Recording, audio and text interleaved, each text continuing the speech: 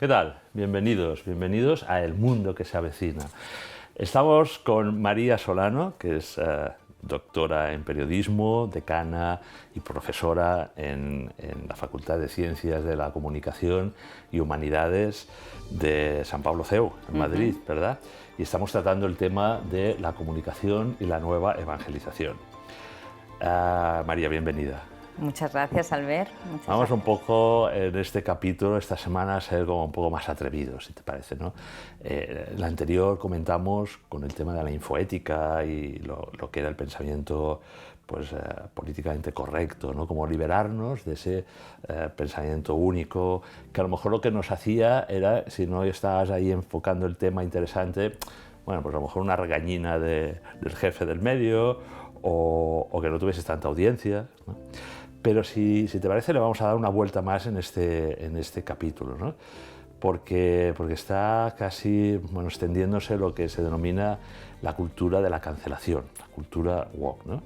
Y esto, pues bueno, cuando piensas distinto, ahora ya hay unas consecuencias a veces más graves, ¿no? Porque lo prohíben o puedes tener incluso pues una multa o más allá, ¿no? O sea, esto parece que va más en serio, ¿no? Me estoy refiriendo a cuando se tratan temas, pues eso, ¿no? Que parece que están prohibidos o de determinada manera, ¿no? Defínenos antes que nada lo que para ti es la cultura woke o la cultura de la cancelación. Bueno, vamos a ver un poco los orígenes de esa cultura de la cancelación que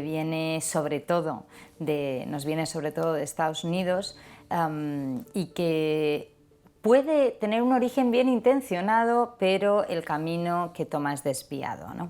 El concepto de woke significa despertar, ¿no? Sí. Es estar despierto, estar alerta. Entonces se produce esta cultura woke porque lo que viene a decir es que a las minorías, sobre todo en Estados Unidos, donde hay muchos problemas con muchas minorías, pues las minorías tienen derecho a despertar, ¿no? y a plantarse en la sociedad para plantear los debates que necesitan y protegerse del resto de la sociedad.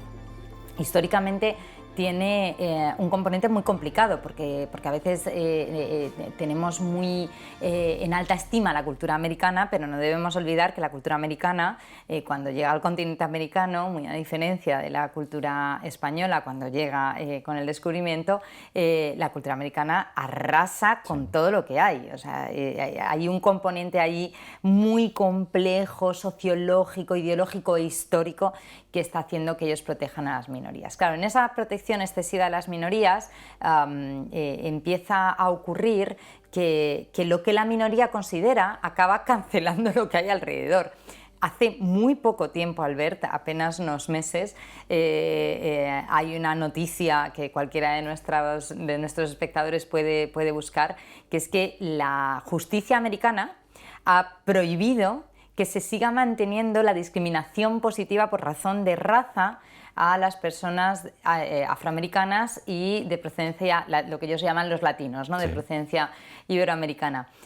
¿Por qué? Pues porque en principio era una manera de potenciar la presencia de estas razas en el entorno universitario, pero claro, hay un momento en el que el resto de las razas dicen, ¿y a mí por qué no? Yo soy asiático y yo no tengo una protección especial. Con lo cual, en general, el problema que hay detrás de la cultura de la cancelación y de todo este movimiento woke es que la discriminación positiva puede tener consecuencias tremendamente negativas para el que no está dentro de esa discriminación positiva. Pensemos en un ejemplo.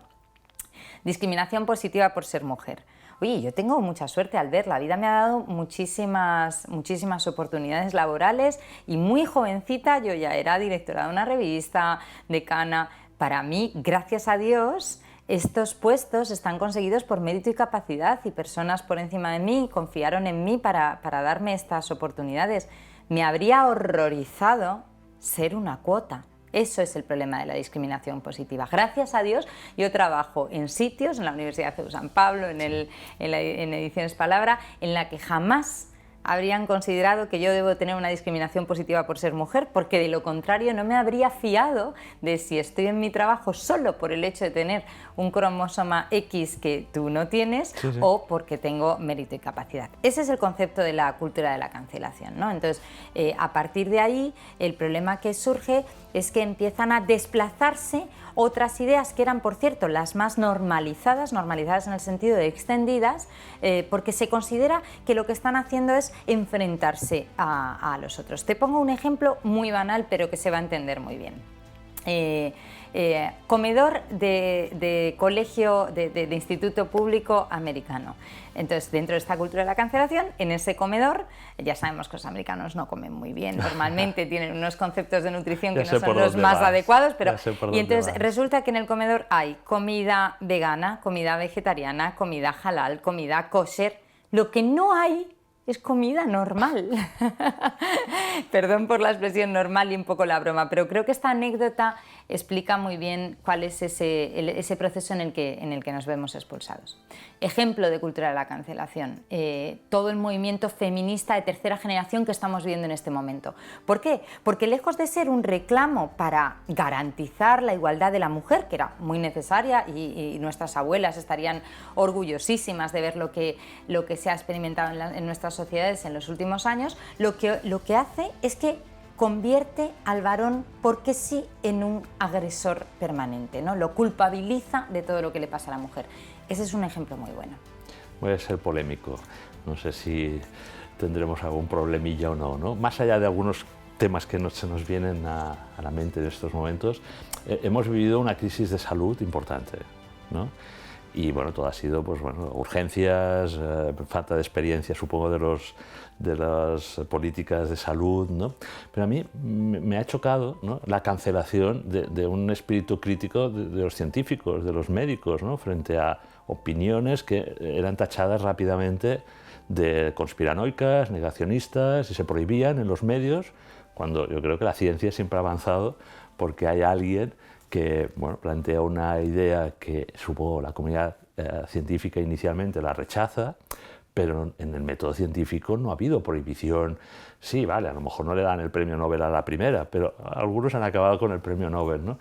Hemos tenido, por tanto, ya una idea de que pensar distinto estaba prohibido. Eso también está dentro de lo que es la cultura de la cancelación. Absolutamente, ¿sí? Albert, y además en el caso que planteas, que es de los más conflictivos que se ha dado, porque se dan... Porque los medios, perdona, en este caso han sido como, bueno, utilizados, parece ser, bueno, es mi opinión, a lo mejor no la compartimos, ¿no?, por un poder que en ese momento claramente quería dirigirnos a todos hacia unas conclusiones. A ver, yo creo que sin lugar a dudas en este caso hay que distinguir dos puntos, ¿no? Porque hay un primer punto donde yo sí puedo entender que ante la emergencia de una situación que escapa por completo al control de todos, pues haya como unas medidas muy marcadas y repetidas por todos los agentes que participan en la comunicación. Yo eso lo entiendo, o sea, entiendo que ante una crisis muy grave,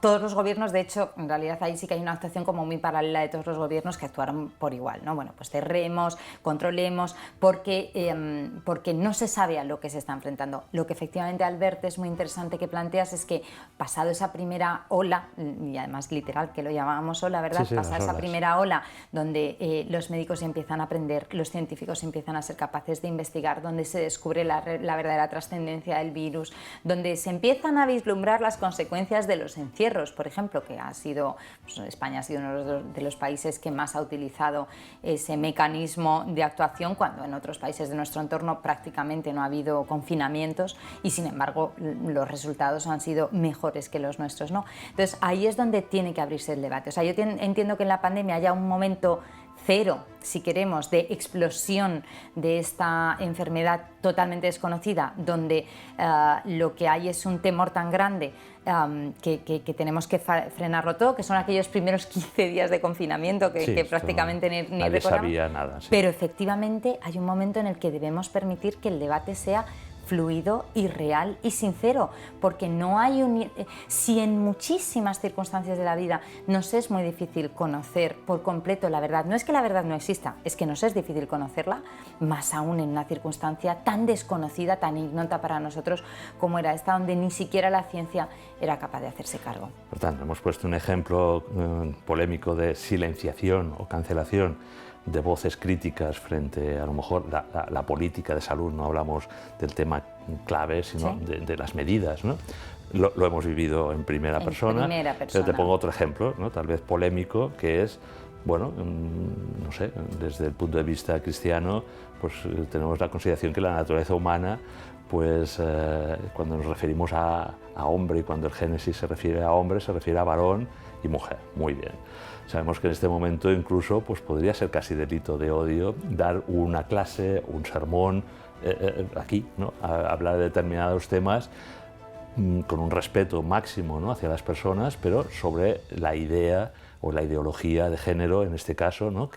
que se está, digamos, difundiendo, ¿no? Ese también sería otro ejemplo de... Es un ejemplo ¿Sí? brillante, complicado, Albert, pero nosotros tenemos el valor, porque aquí estamos invitadas por el Hogar de la Madre para tener esa valentía, ¿no? De decirlo en voz alta y decírselo al público porque necesita saberlo. Efectivamente, el problema de la cultura de la cancelación es que plantea pseudo verdades que no están basadas además en elementos científicos y entonces de hecho lo que planteas de hombre y mujer es que biológicamente es así y está científicamente demostrado. Entonces al final, ¿qué es lo que hacen? Que llevan la situación al absurdo. De hecho, la mejor manera muchas veces de desmontar un proceso de cultura de la cancelación es precisamente por la vía del absurdo. Pensemos, por ejemplo, en este caso de lo que se llama la sustitución del sexo por el género, ¿no? Que es de lo que estamos hablando.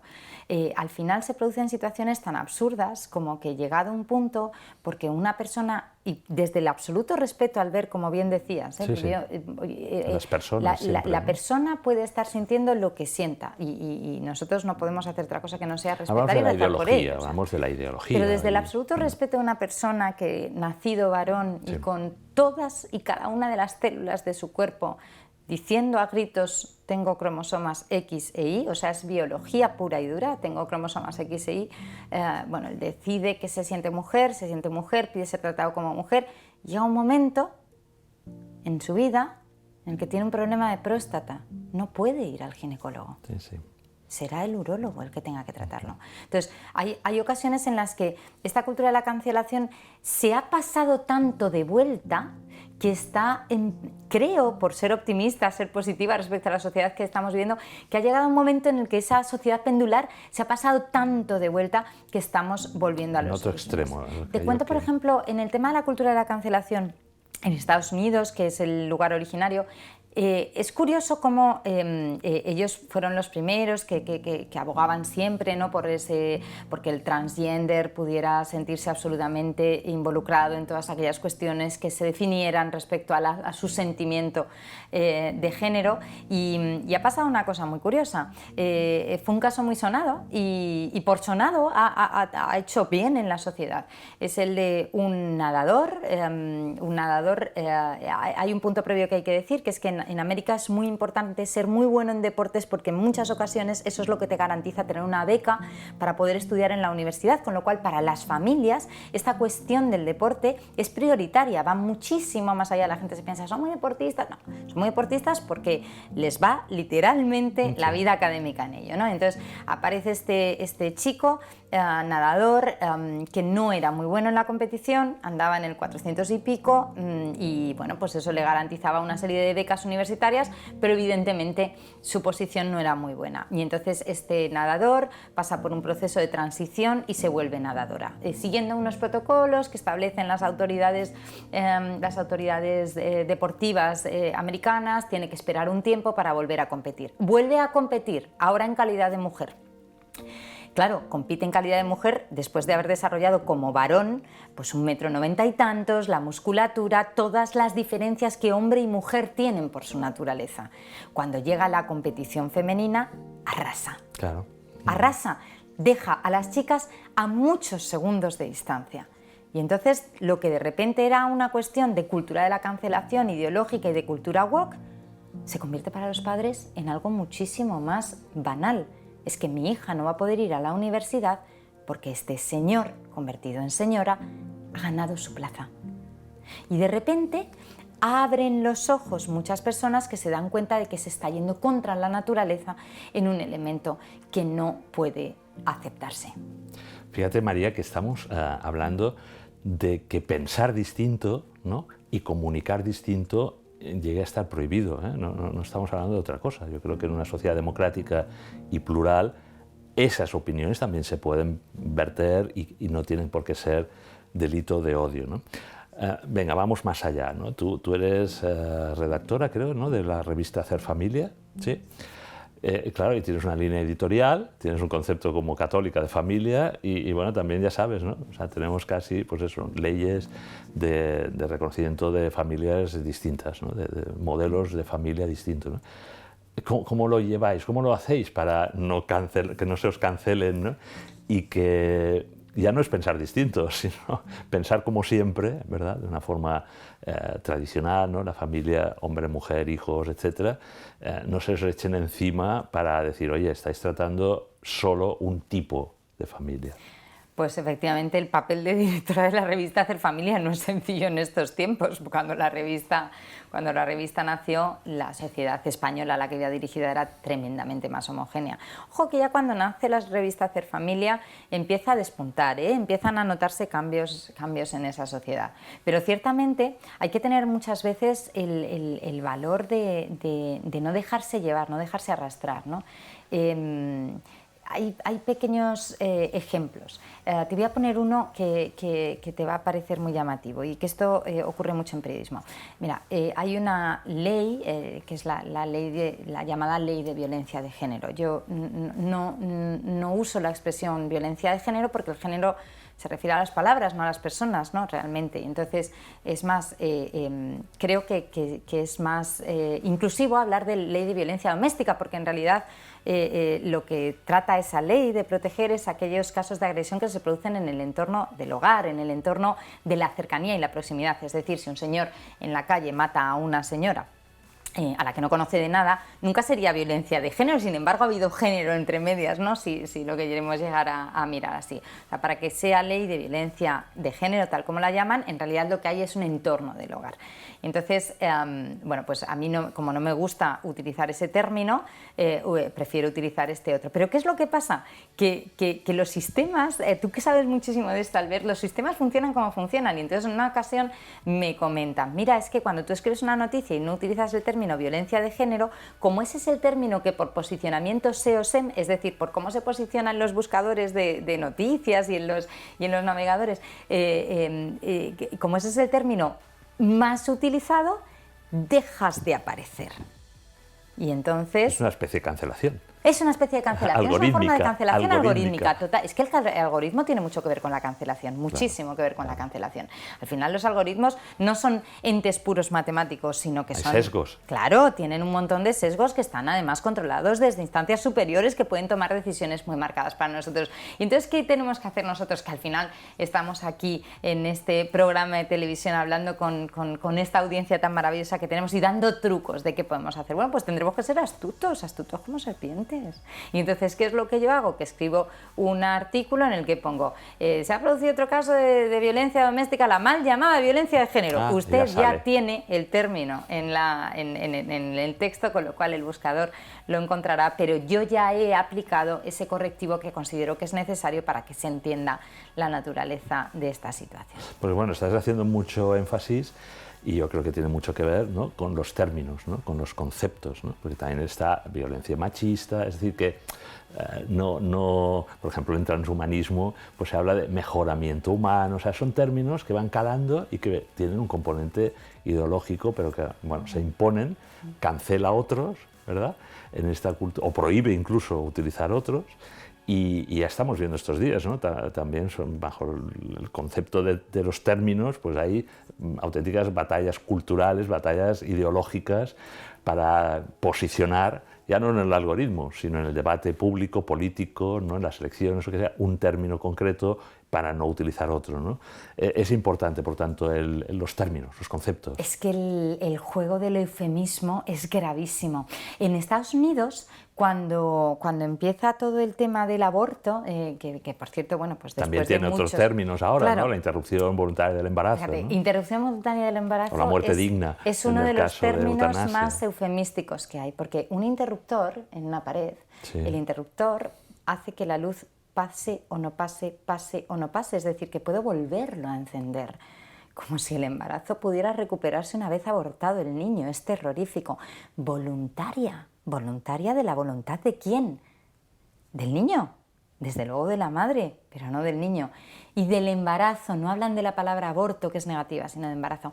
Pero efectivamente ahí también tenemos que ser astutos y jugar bien la partida, ¿eh? Porque decía que cuando empieza todo el movimiento abortista en Estados Unidos, ellos utilizan un término, ellos no utilizan el término aborto, que además en inglés el aborto espontáneo y el aborto provocado utilizan palabras diferentes, y la palabra abortion, que es la que se utiliza para el aborto provocado, es dura, o sea, en la mente no genera una buena impresión. Entonces, ¿qué utilizan ellos? Eligen otro término muchísimo más limpio, que se llama pro-choice, pro-elección, pro-libertad. Es algo positivo. ¿Quién va a estar en contra de la libertad? Es muy difícil, ¿no? Mentalmente estar en contra de la libertad. Entonces, además, son muy inteligentes, porque hay mucha inteligencia también en el lado oscuro, ¿verdad? Y consiguen demonizar al que defiende la vida. Y entonces, ¿cómo lo llaman? Lo llaman antiabortista, ¿no? Porque anti es malo, anti es negativo, es que no quieres, ¿no? También, claro. No quieres los derechos. ¿Y qué hace con mucha astucia el movimiento en Estados Unidos? Lo que hace es que se llaman a sí mismos pro-life, pro-vida, que es una tendencia que hemos adquirido, gracias a Dios, aquí en España. Hemos importado de allí, importamos lo bueno, ¿verdad?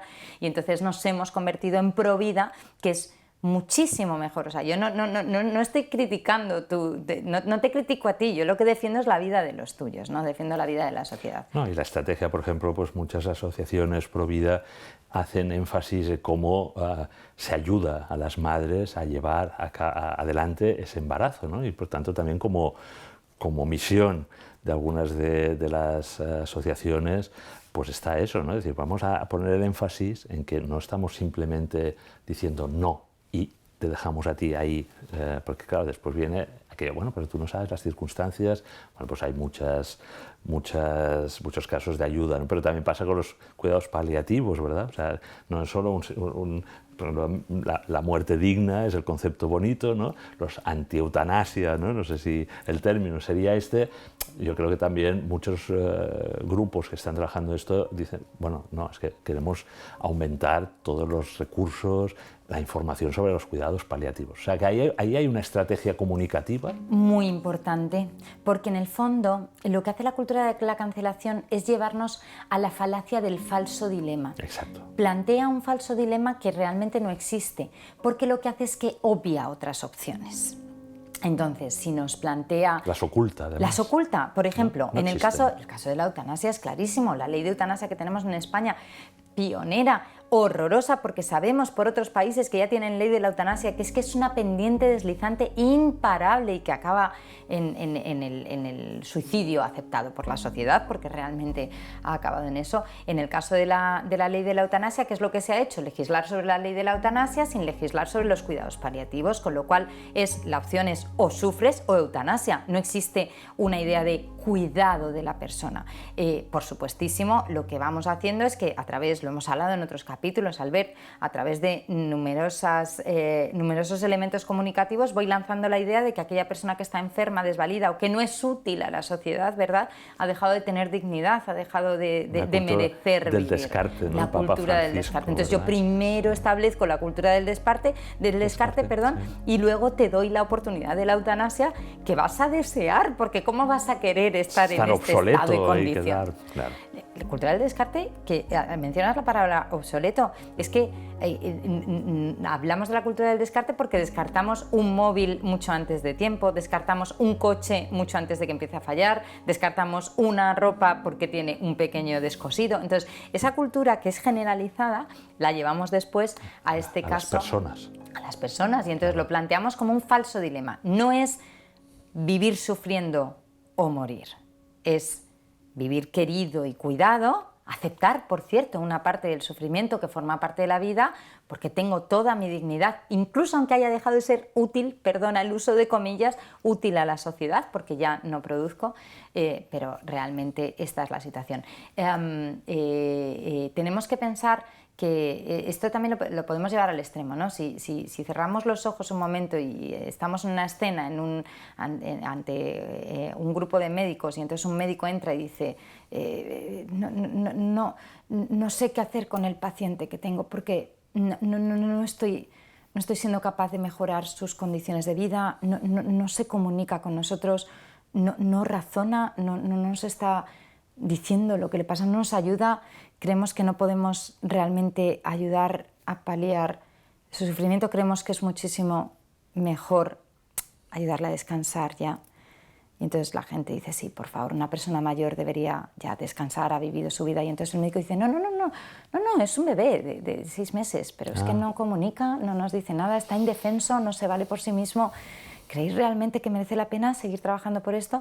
¿Verdad que llevado hasta el extremo el razonamiento cambia totalmente? Totalmente. Entonces, ese razonamiento que nos están robando, Albert, es el que es tan importante tener muy claro en esta cultura de la cancelación, ¿no? Porque nos engañan con verdaderas falacias, ¿no? Nos dicen o blanco o negro y realmente hay muchos más colores en esa gama. Bueno, nos va quedando poquito tiempo, pero para ir cerrando, ¿no? Bueno, tú estás trabajando en el ámbito de la familia, ¿no? En el próximo capítulo hablaremos de niños adolescentes, ¿no? en esta era digital, pero para cerrar un poco, ¿no? Claro, ¿cómo lo transmites? Todo esto, hemos hablado de los medios como profesional, periodismo, ¿no? Pero claro, esto también se produce en la comunicación interfamiliar, ¿no? Entre padres e hijos para tratar los temas como hay que tratarlos, para no ser incluso cancelados por nuestros hijos que están como invadidos por esta cultura woke. Y dar un poco la batalla cultural también en casa, ¿no? Venga, pues vamos en síntesis porque nos queda poquísimo. Pues esto es fundamental, porque casa es lugar seguro, así que más vale que en casa se hayan dado los mensajes adecuados. ¿Y cómo darlos? En un entorno de nuestros hijos en el que tenemos que educarlos de la manera adecuada, pero que se den cuenta al mismo tiempo de que lo que ellos están viviendo es especial. Entonces, truco, venga, algunos trucos. Truco muy fácil. Entonces, imaginemos que, pues yo qué sé, en la mayoría de las casas de nuestro entorno nadie va a misa y de repente un día nuestros hijos nos plantean, oye mamá, pero ¿por qué tenemos que ir a misa? Es que la gente no va a misa. Y entonces de repente te das cuenta de que necesitas inculcar en ellos, aparte, no es día de dogma de fe, no es día de teología, es día de decirles, mira, en casa de los Martínez se va a misa. Y en casa de los Martínez además también celebramos los cumpleaños por todo lo alto y en casa de los Martínez nos queremos los unos a los otros. Y curiosamente a los niños les va quedando la idea de que casa, lugar seguro es igual a esto se piensa así en esta casa y eso es bueno. De la misma manera que se celebran muy por lo alto los cumpleaños, se va a misa los domingos. No les hace falta una clase de teología, les basta con eso para hacer suyo el mensaje.